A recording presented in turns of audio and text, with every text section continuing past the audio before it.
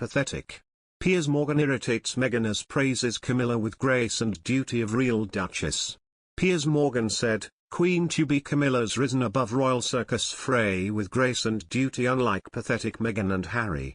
I've known Camilla for over 20 years, and we've always got on oddly well, which may be down to the fact that we grew up in next-door East Sussex villages, she in Plumpton, me in Newick just a mile down the road, and of course, we're both massively misunderstood and unfairly maligned public figures. Actually, in her case, that's true. The real Camilla's a smart, warm, incredibly down-to-earth, and gregarious person who's not only terrific company but can make you laugh out loud with her dry deadpan wit. The late, great Queen Mother once described the art of being a popular royal as never complain, never explain, and rarely be heard speaking in public. Last month, Piers Morgan praised Kate Middleton as a wonderful asset to the royal family as the Duchess celebrates her 40th birthday. Writing on Twitter and Instagram, Mr. Morgan said, "Happy 40th, Kate. You're a wonderful asset to the royal family." He described her as a proper duchess after her performance at the recent Christmas Carol concert and even shared a candid photo of Kate and Prince William, 39, when the Cambridges celebrated their 10-year wedding anniversary.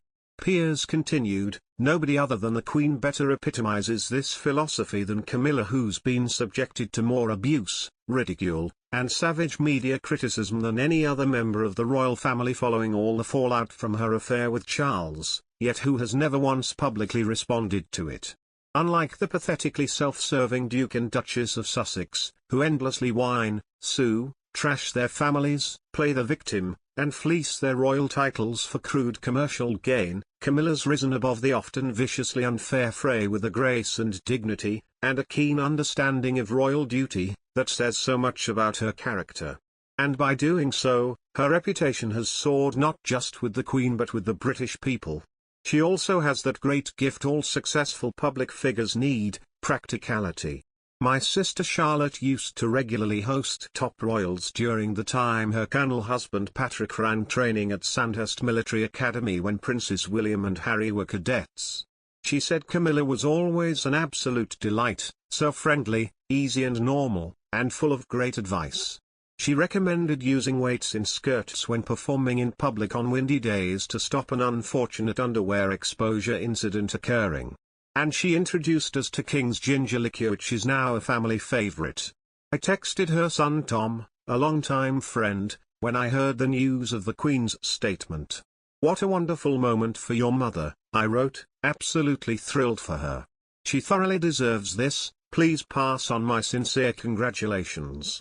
"Of course, I will," he replied, "you've been a supporter since the very start, and I know how much she has always appreciated that." "I have, and the reason is because Camilla's a class act. She sent me a lovely handwritten note last year when she heard my parents both suffered rough bouts of COVID, asking me to pass on my good wishes from her for a speedy recovery. And the fact Her Majesty the Queen now thinks she is the right person to perform the same monarch consort role for Charles that Prince Philip did for her for so long, is good enough for me. I can't think of a single other woman in the world better suited, or more suitably experienced, to do such an incredibly difficult job." Last week, Piers Morgan once again hit out at Prince Harry over his latest public appearance, in which he discussed mental health. Piers Morgan, 56, has not held back in his criticism of Prince Harry, 37, who he slammed for pouring out gormless gibberish in a new discussion about his views on mental health issues. Piers criticised the Duke's self-serving moaning guff, as he claimed Harry's mental health conversations were damaging to his own well-being. "I don't know what the hell's happened to Harry. I do know that his incessant rabbiting about his mental health, for huge financial gain, is now damaging my mental health,